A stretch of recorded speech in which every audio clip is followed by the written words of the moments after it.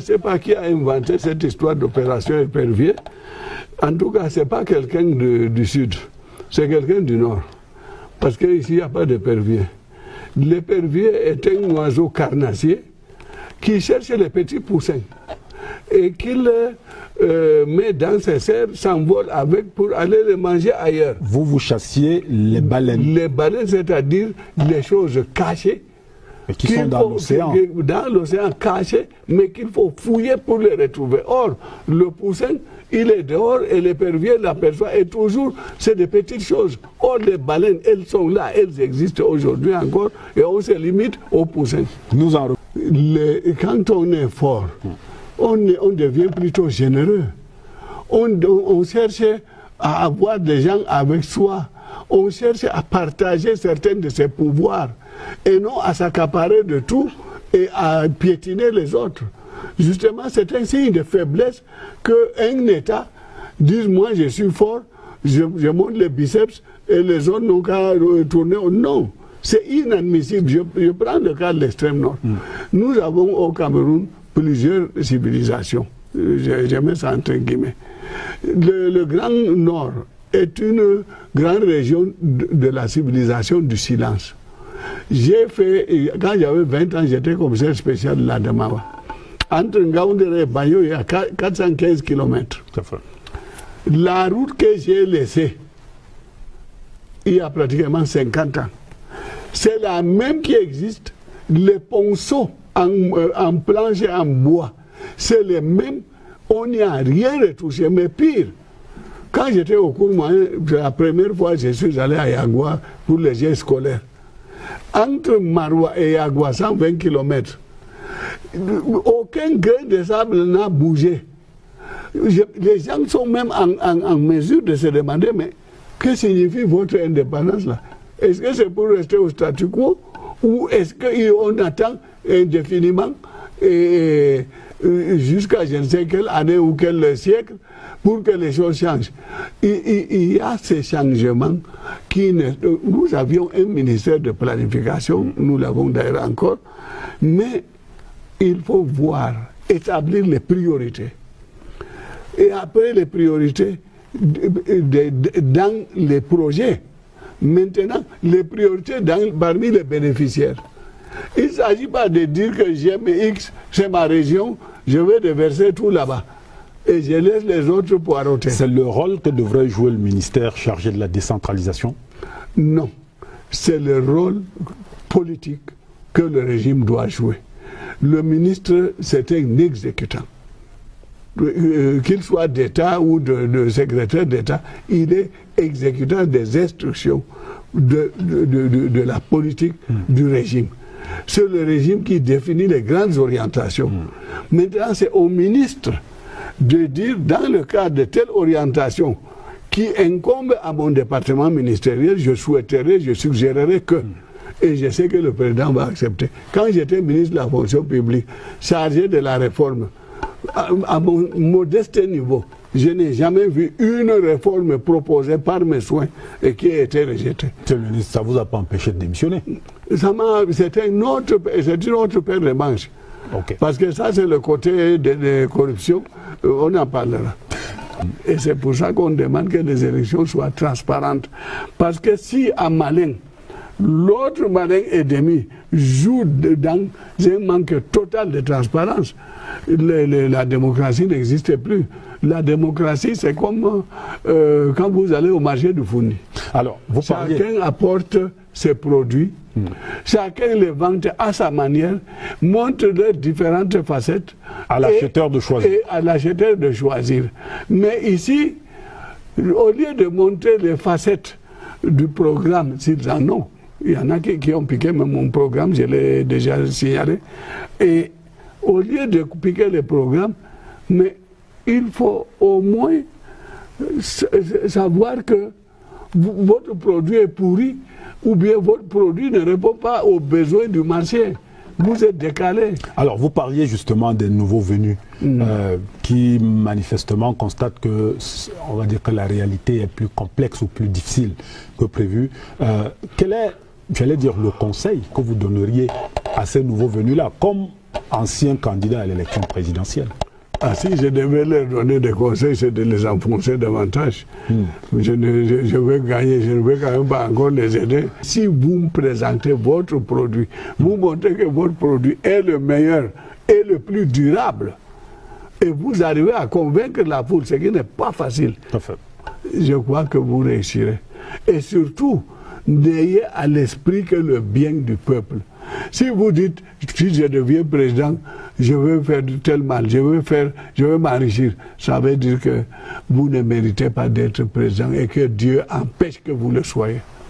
Étant donné que le monde évolue toujours dans le sens du progrès, vous trouverez toujours que le passé avait quelques défaillances. C'est la même chose pour ce qui est des partis politiques. Je me souviens quand on voulait passer au multipartisme, c'était au gouvernement. Quand on voulait passer au multipartisme, qu'est-ce qui ne s'est pas passé?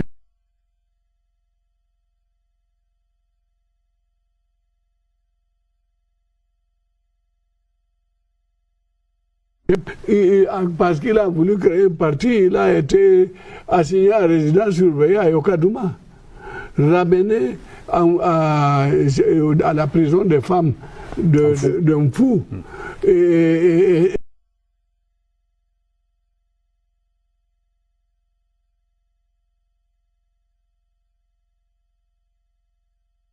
On n'entend plus parler. Les Froundi, c'était comme quand vous êtes jeune, il y a une chanson qui dit la paille en février.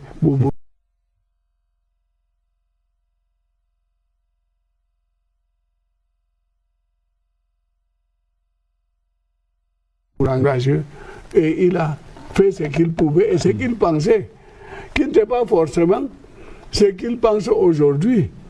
Donc, grâce à ces hommes-là, la démocratie est instaurée au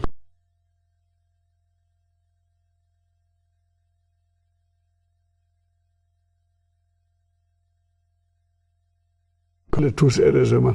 Pas tous. Pas tous. Et puis, être dans l'opposition ne veut pas dire être contre chacun des points défendus par le pouvoir. Il y a des endroits où vous pouvez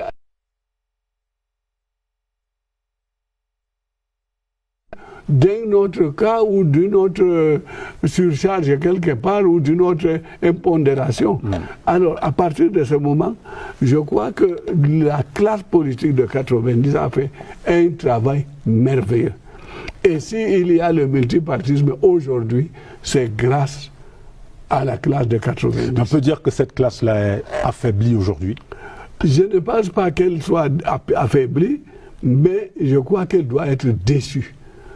Parce qu'un leader politique me dit, moi, je risque de fermer mon parti. J'ai dit, mais est-ce que c'est une boutique? On ne fait pas un parti comme une boutique.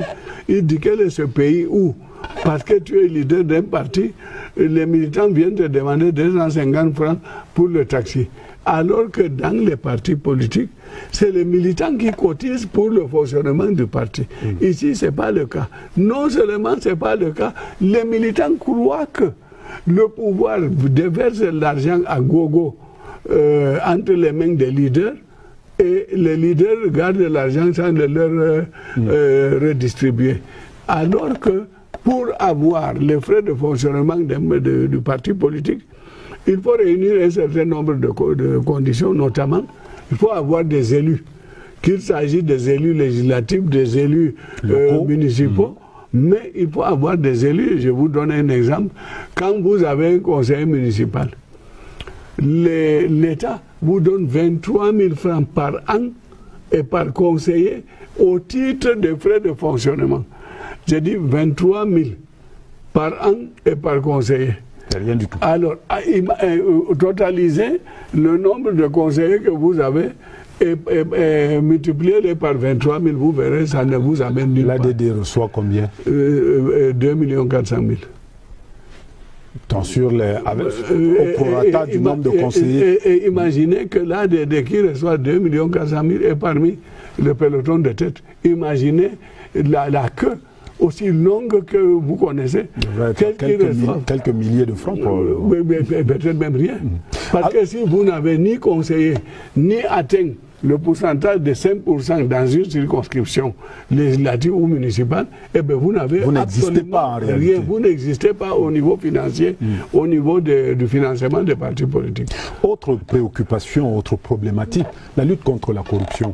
On parlait tout à l'heure en début d'émission de vous-même. Vous étiez qualifié de chasseur de baleines. Vous avez essayé d'expliquer pourquoi la baleine n'est pas l'épervier. Cette lutte contre la corruption aujourd'hui, telle que vous la percevez, à quoi est-ce qu'elle ressemble exactement? Tel que je l'aperçois, c'est un échec.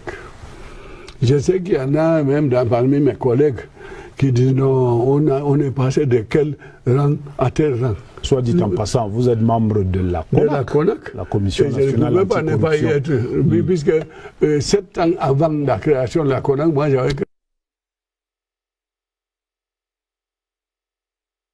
Et vous dites échec. Échec. Pour moi, c'est un échec. Je ne peux pas concevoir que pendant plus de 10 ans,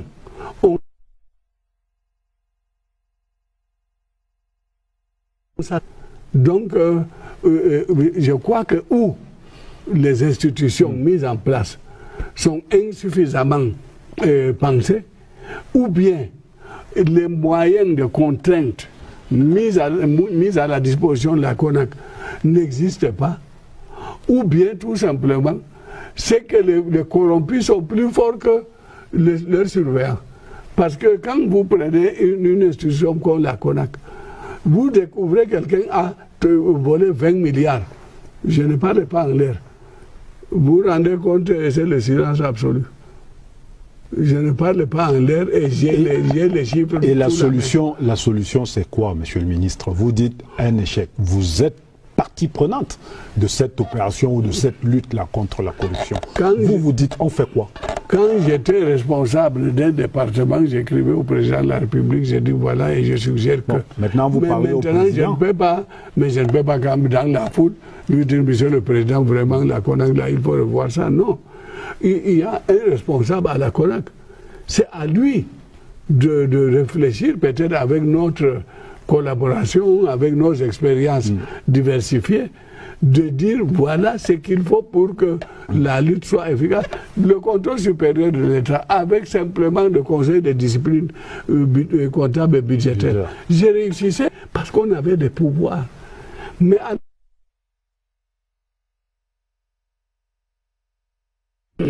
non, la solution, c'est que il y ait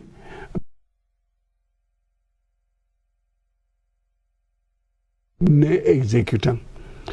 Comme nous sommes des exécutants nés, le président doit dire à la CONAC, proposez-moi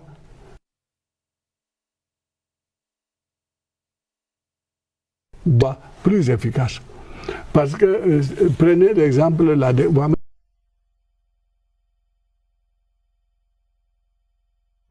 pendant des années. Les textes d'application sont attendus. Mais les textes d'application sont attendus. On ne sait même pas si jamais même il faut déclarer ces biens qui envisagent d'être corrompus plus tard. Monsieur le ministre, retour à la politique politicienne et en parlant de la crise dans les régions.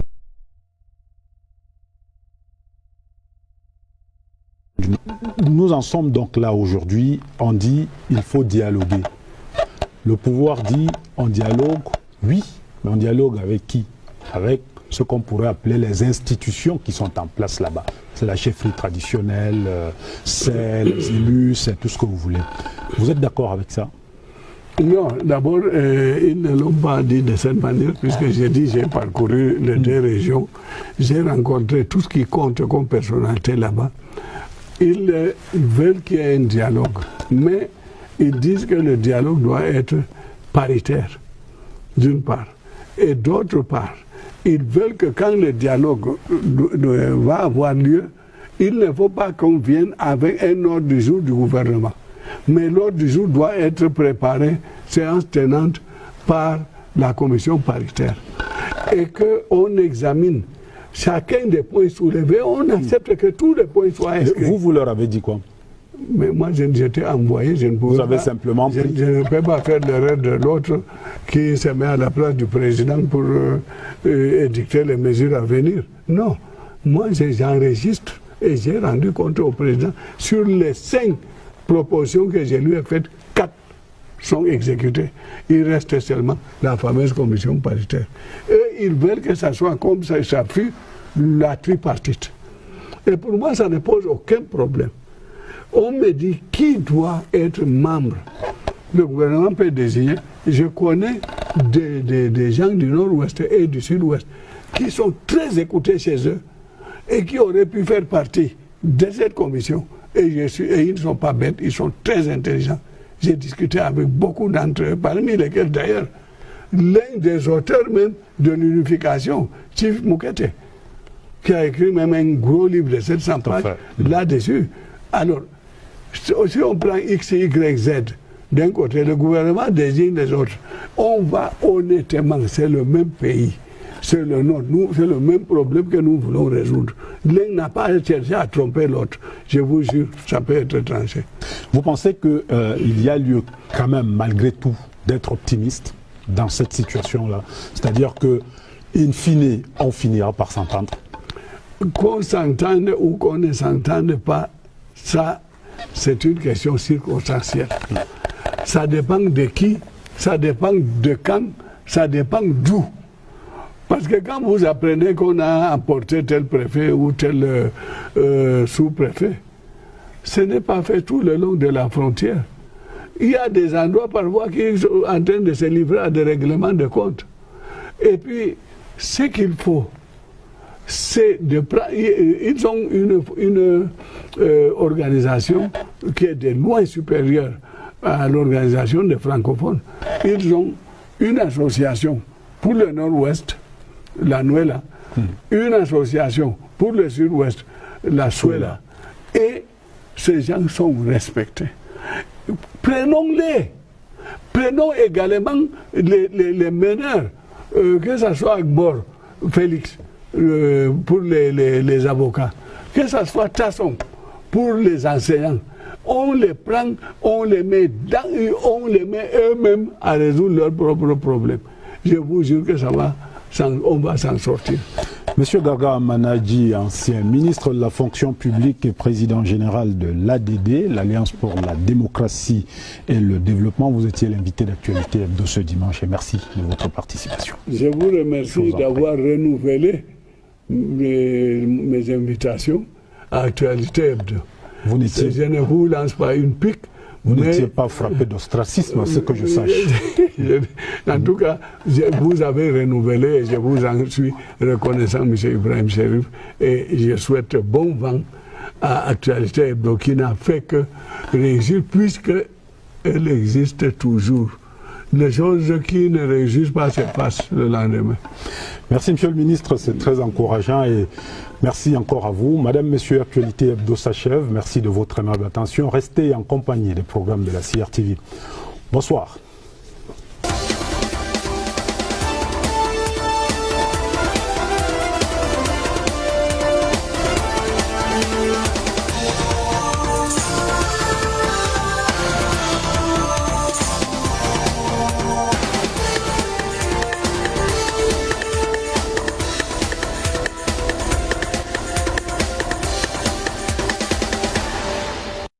Et comme j'ai la chance d'être bilingue, je parle aussi bien leur langue qu'ils parlent, celle que nous avons héritée de la colonisation. Et toutes ces deux langues, la français et l'anglais, c'est des langues des colons. C'est des langues des colons.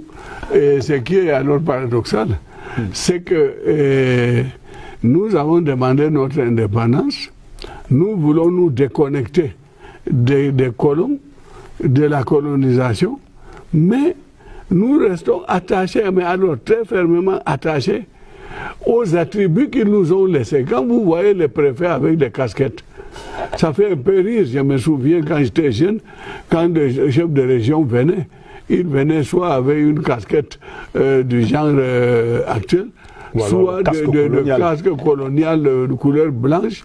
Donc, ils nous ont laissé des attributs auxquels nous continuons d'être attachés.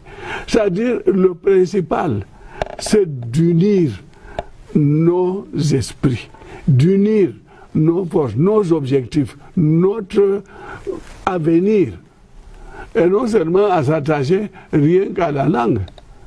Vous savez, quand les Européens épousent des Africaines, ils ne parlent pas la même langue. Mais à la fin, ils finissent par parler la même langue. Donc, pour moi, l'essentiel qu'il faut absolument observer, c'est que nous avons eu une occasion que nous ne devons absolument pas rater. D'ailleurs, tout ce qu'on cherchait à faire rater, ces unions construites par l'histoire, ça n'a pas réussi. Souvenez-vous de Katanga, Moïse Tshombe. Jusqu'à présent, il n'y a pas eu de Katanga. Et plus récemment, en Europe même, en Espagne, Barcelone voulait se détacher, oubliant que certaines dispositions de la Constitution espagnole disaient que si jamais un membre de appelons ça la Fédération espagnole cherchait à faire sécession, alors on le rappelle à l'ordre en réintégrant sa partie dans l'État national. Donc, en Belgique, les Wallons ont voulu le faire. Il ne faut pas tenter l'impossible. D'ailleurs, la Grande-Bretagne, pour nous référer à nos frères anglophones, qui est allé vers l'Europe continentale. Mais aujourd'hui, elle fait des pieds et des mains pour y retourner. Donc, restons réalistes. Voyons comment nous pouvons cheminer ensemble et voyons quels sont les correctifs qu'il faut apporter pour que nous continuions de rester ensemble. Et là, elle a donc la vraie problématique. Monsieur Garga Manadji, ancien ministre de la fonction publique et de la réforme administrative, avant c'était du contrôle de l'État, et on le disait à l'époque, chasseur de baleines, vous continuez d'assumer ce qualificatif, ce titre-là? Je préfère ce titre parce que je ne sais pas qui a inventé cette histoire d'opération épervier. En tout cas, ce n'est pas quelqu'un du sud, c'est quelqu'un du nord. Parce qu'ici, il n'y a pas d'épervier. L'épervier est un oiseau carnassier qui cherche les petits poussins et qu'il met dans ses serres, s'envole avec pour aller les manger ailleurs. Vous chassiez les baleines? Les baleines, c'est-à-dire les choses cachées. Mais qui sont dans l'océan. Dans l'océan caché, mais qu'il faut fouiller pour les retrouver. Or, le poussin, il est dehors et l'épervier l'aperçoit et toujours, c'est des petites choses. Or, les baleines, elles sont là, elles existent aujourd'hui encore et on se limite aux poussins. Nous en reparlerons. Donc, vous êtes, je le rappelle encore, vous êtes le président général de l'ADD, l'Alliance pour la démocratie et le développement. Merci donc de vous prêter ainsi à nos questions. Actualité hebdo, sons et images de la semaine qui s'achève. L'élection de la célébration de la fête nationale édition 2018. La sortie de l'ambassadeur des États-Unis au Cameroun et son recadrage par le ministre des Relations extérieures. Et puis la conférence sur l'économie numérique à Yaoundé. Le cri d'alarme des éditeurs de presse qui adresse un mémorandum au gouvernement, entre autres sujets qui seront développés tout à l'heure. Madame, Messieurs, merci de votre fidélité à Actualité Hebdo. La suite de l'émission, c'est dans un tout petit instant. Notre invité, le ministre Garga Manadji, homme politique, président général de l'ADD, l'Alliance pour la démocratie et le développement. A tout de suite.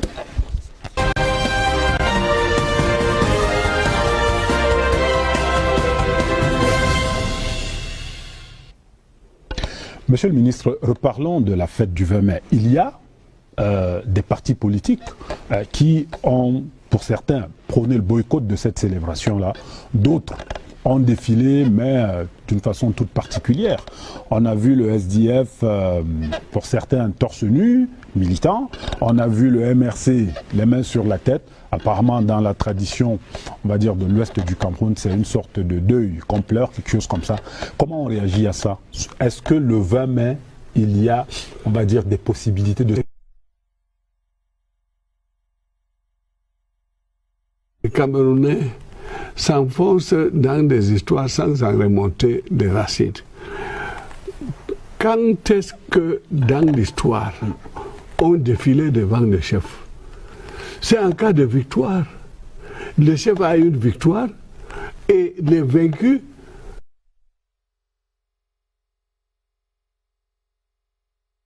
le vainqueur Mais ici, on a transformé le défilé devant le chef, y compris et surtout les partis de l'opposition, comme si c'était un exploit de dire que nous disons, nous nous opposons à vous, mais croyez-nous, nous sommes en train de ramper devant vous. Voilà à peu près le résumé qu'il faut donner de nos défilés. Et à tel enseigne que certains, en défilant au boulevard du 20 mai, s'en prévalent comme pour dire qu'ils sont des grands partis. Et on a consacré cela en disant les partis représentés à l'Assemblée défilent. Parce que, comme par hasard, certains vont plus vite que d'autres. Il n'y a pas une harmonisation dans les décisions. L'ELECAM fait passer une loi qui fixe les conditions d'élection des conseillers régionaux. Mais le MINAD qui doit proposer la création des régions continue de dormir. Alors nous avons une loi qui dit voilà comment on élit les conseillers régionaux, mais on ne dit pas qu'est-ce que c'est qu'une région, quelles en sont les ressources, comment se partageront les ressources revenant aux régions. Des régions décentralisées. Décentralisées, évidemment. Ce n'est pas des États indépendants. Et à partir de ce moment, cette contradiction ne peut pas ne pas froisser ce qui voulait de la régionalisation. Et je suis de cela. Mon livre ainsi pourrait devenir notre pays. Depuis 2004 qu'il a été publié, ça veut dire j'y ai pensé bien avant 2004. Vous pensez que la régionalisation c'est une solution. Est la solution au problème qui se pose aujourd'hui? Je ne dis pas une, mais c'est la solution. Tant qu'il n'y a pas de régionalisation, avec des conseils régionaux, en rendant les gens responsables de leurs affaires, et en les rendant responsables également de leurs bêtises, parce que tout le monde n'est pas de vain, alors nous ne pourrons jamais nous en sortir. Et puis, de toutes les manières, quand il y a des problèmes, quand on cherche à les résoudre, il ne s'agit pas de continuer de tirer la corde chacun de son côté. Il s'agit de voir où se situe le milieu acceptable par les deux parties. On fait la régionalisation sans véritablement débattre de la forme de l'État. Mais dès qu'on la forme de l'État, on a la Constitution a dit État unitaire décentralisé. L'État unitaire décentralisé. Dès qu'on dit État unitaire décentralisé, la forme est déjà réglée par la Constitution. C'est le même article qui parle des régions, qui évoque également l'aspect unitaire décentralisé. Donc la décentralisation, c'est les régions. Maintenant, le nombre peut passer, il faut une loi d'application de cette disposition constitutionnelle. C'est au moment de la prise de cette loi d'application qu'on verra si ce sont les régions actuelles qu'il faut maintenir, s'il faut les revoir pour en faire plus ou moins, quels sont les critères sur la base desquels on devra travailler. Est-ce que c'est l'aspect géographique? Est-ce que c'est l'aspect population? Est-ce que c'est l'aspect moyen? Ou est-ce que c'est l'État qui doit avoir telle partie des moyens qu'il doit redistribuer selon un indice à définir? C'est cette loi qui doit faire ça. Cette loi n'est pas encore. Je ne sais pas ce qui se passe pour toi. Monsieur le ministre, est-ce que psychologiquement, ce qu'on pourrait appeler les tenants de l'État central, je parlais en réalité d'une grande partie de la classe politique camerounaise, que ces tenants de l'État central fort, est-ce que psychologiquement, les uns et les autres ont fait leur évolution? Est-ce qu'on est